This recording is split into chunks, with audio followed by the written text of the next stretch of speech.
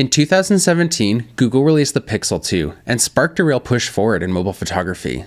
After countless hours of research, I joined Team Pixel 5 years later, and my favorite comparison is still the Pixel versus the iPhone camera. With the Pixel 7 Pro and the iPhone 14 Pro being released so close together, now's a great time to compare what both cameras can do.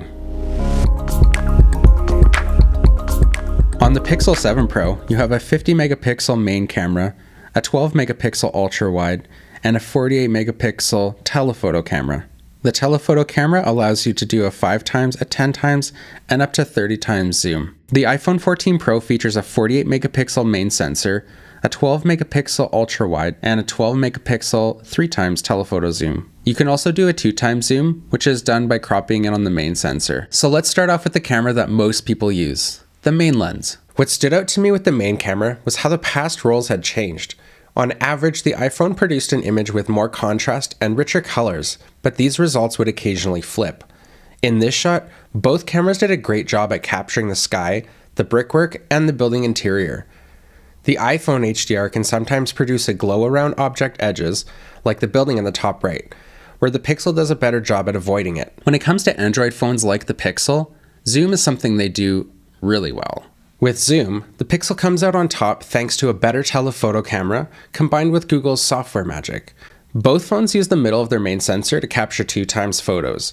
The iPhone zoom maxes out at 15 times and is still a respectable result, though at equal zoom the Pixel is more detailed. At the maximum of 30 times on the Pixel, the images are grainy, but still an impressive result from a phone. The Pixel captures optically up to 5 times, and at that level of zoom digitally on the iPhone, the differences are hard to see. Want to capture more in your frame? Let's check out the ultra-wide lens. Both phones do a great job with ultra-wide. The iPhone is a hair wider, but the biggest difference comes down to the color and the white balance, which are things that you can edit to suit your taste.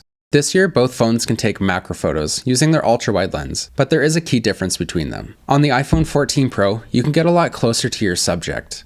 So in this example, taking a picture of this pumpkin stem, you can see that I'm able to get a lot closer with the iPhone as compared to the Pixel 7 Pro. Both take really great pictures, but you just have that minor difference. In general too, I found that the iPhone pictures have more contrast compared to a flatter image on the Pixel. Next up, let's find out how both phones perform when the lights are a little lower.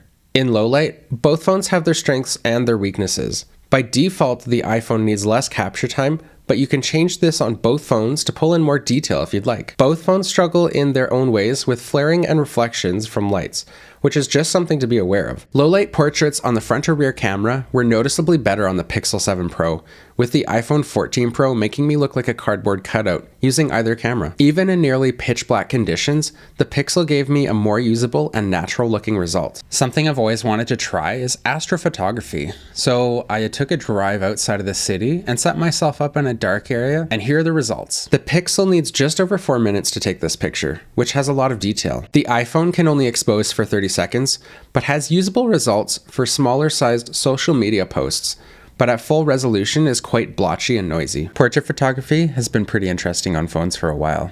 In portrait mode, the iPhone shots tend to have a more natural transition between the subject and the background. The Pixel has more of a cutout result. On both phones, you have the ability to change the blur after the picture has been taken. There's one area where Apple continues to dominate, and that's video. Google's making a lot of improvements, so let's take a look at how the Pixel 7 Pro stacks up. Both of these videos were taken using the main lens in 4K, but the level of detail from the iPhone is noticeable. The iPhone now has a new action mode, which records in 2.8K.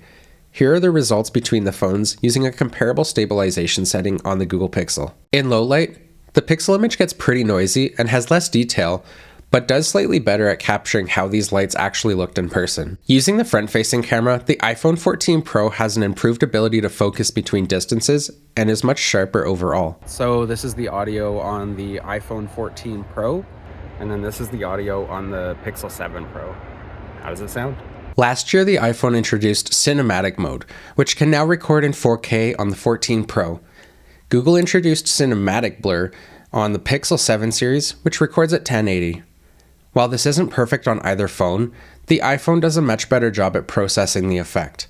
The Pixel struggles frequently to decide what to focus on and doesn't do as good of a job at separating the subject and the background. I hope you found the comparison interesting. Let's chat about it in the comments, and I'll see you in the next video.